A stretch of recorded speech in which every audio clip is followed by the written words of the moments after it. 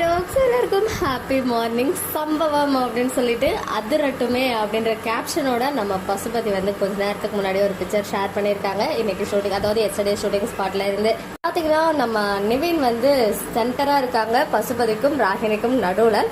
So Ragini மூலமா நிவின் வந்து பசுபதியை எடுத்து கண்டுபிடிச்சிட்டாரா என்னன்னு தெரியல. பட் எனக்கு தெரிஞ்சு ஸ்டோரி மூவ் ஆகிறத பார்த்தா எப்படியாவது ராகினி வாயால அந்த உண்மையை வர வச்சிருவாரு.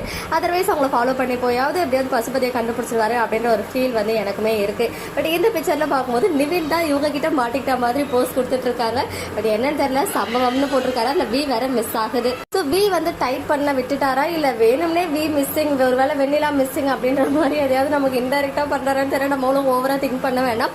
எனிவேஸ் அரங்கம் அதிரட்டுமே அந்த கூலி பிஜிஎம் வந்து பேக்ரவுண்ட்ல போட்டிருக்காங்க. ஏதோ பெரிய சம்பவம் இருக்கும் அப்படின்னு சொல்லிட்டு எப்பவும் போல நம்ம நம்புவோம். அண்ட் நம்ம எல்பி சைட்ல இருந்து அழகான ஒரு ப்ரொமோஷன் ரீல்ஸ் அந்த ஸ்நாக்ஸ் தான் பார்த்துட்டு இருக்கீங்க. ரொம்ப கியூட்டா இருக்காங்க. அதெல்லாம் உங்களுக்காக.